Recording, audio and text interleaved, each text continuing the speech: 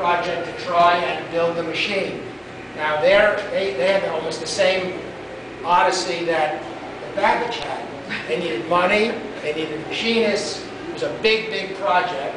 And by 1991, Babbage's 200th birthday, he only had the calculating section built. That's from where Chuck is standing to right here. Now what we've got here is basically an adding machine. You've got 8 stacks of 31 number wheels. If you're a computer person, feel free to call them registers. And in between the stacks of wheels are these gear assemblies. As Chuck cranks the crank, this bunch of cams here translates his cranking into all the motion necessary to operate the machine. So that's sort of the microcode.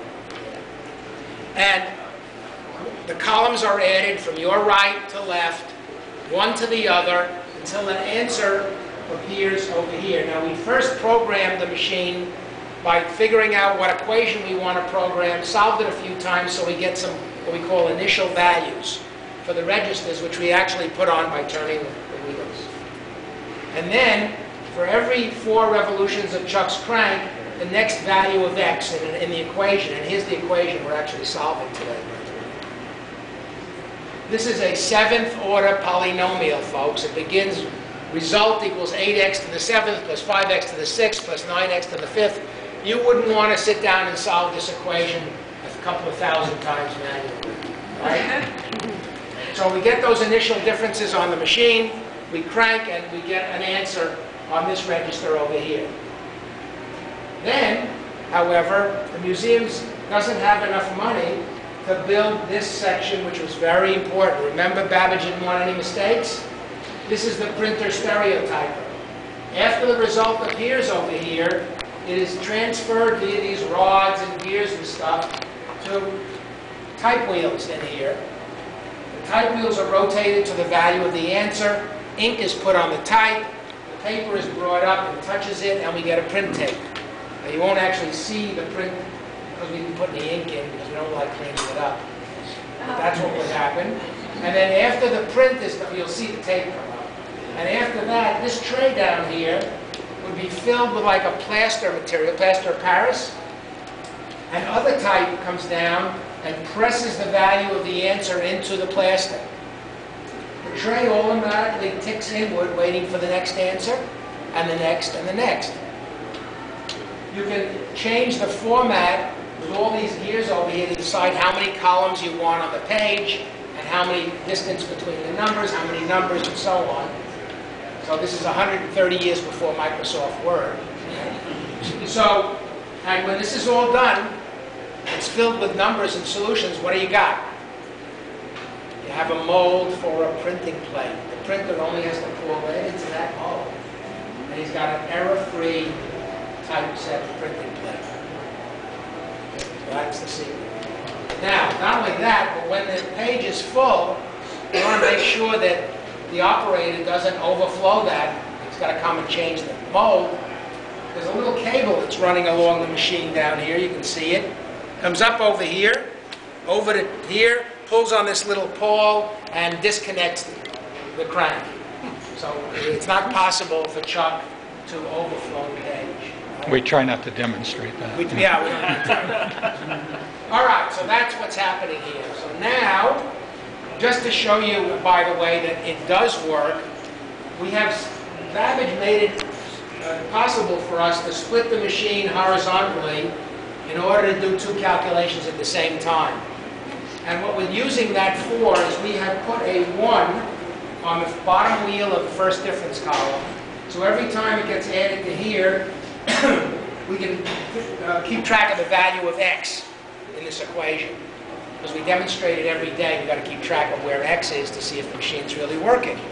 So at the moment, x is 340. The value of x in this equation is 340.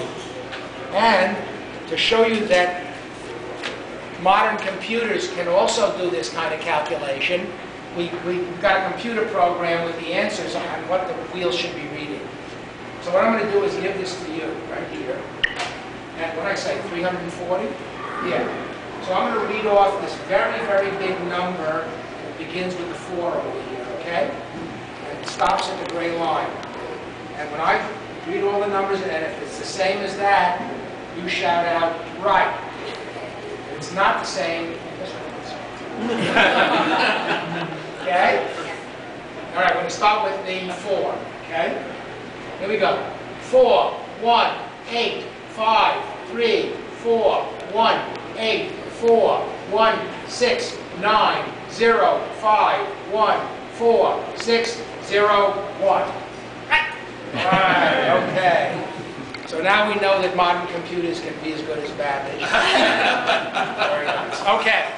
So now that we've got the concept in mind, we're going to crank it, and you can watch as the gears are these gears are rotated, and the addition process takes place. One set of wheels to the other.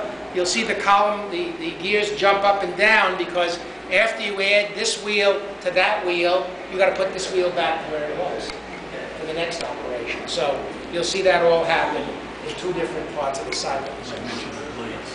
Oh yeah, and you remember when we were cranking, you heard sort of a snap, snap, clack, clack. Okay, Babbage wanted to make doggone sure that when these wheels are free and freed up for motion, they don't drift past whole numbers, get misaligned. So to make sure that doesn't happen, there's huge blades, lock blades, that run through each register, and at the place where you don't want these gears to move, this lock goes slamming in, realigning all the gears and keeping them stationary until they're ready to move again. Okay? And you may have noticed when we cranked it before, if you crank it too fast or certain things are out of line, it will jam. But it will not produce an incorrect result. Okay. So watch it happen.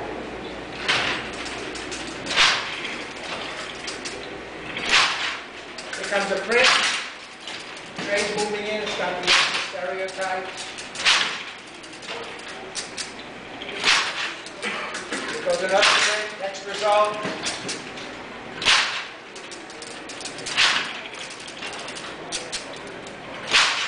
By the way, there are 2 of these trays because there's 2 different font sizes.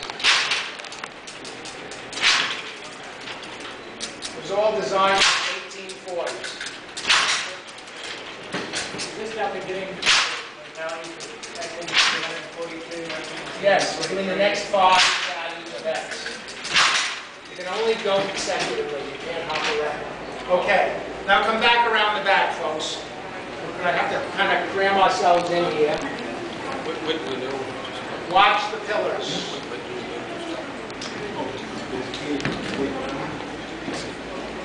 See I'm watching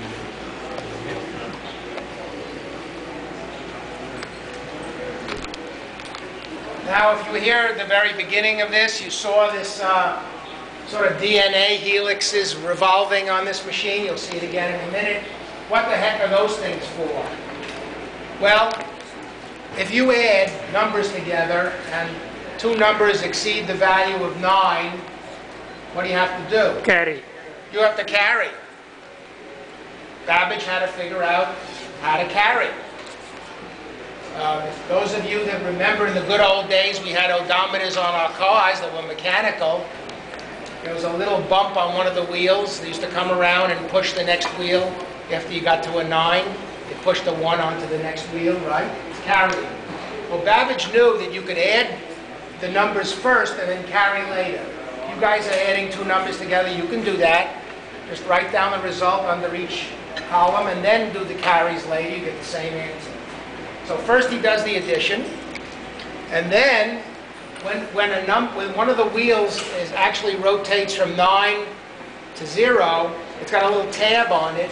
It's going to push out a little lever, just a little bit away. You can see these bronze levers here. Some of them stuck out because they've already been carried.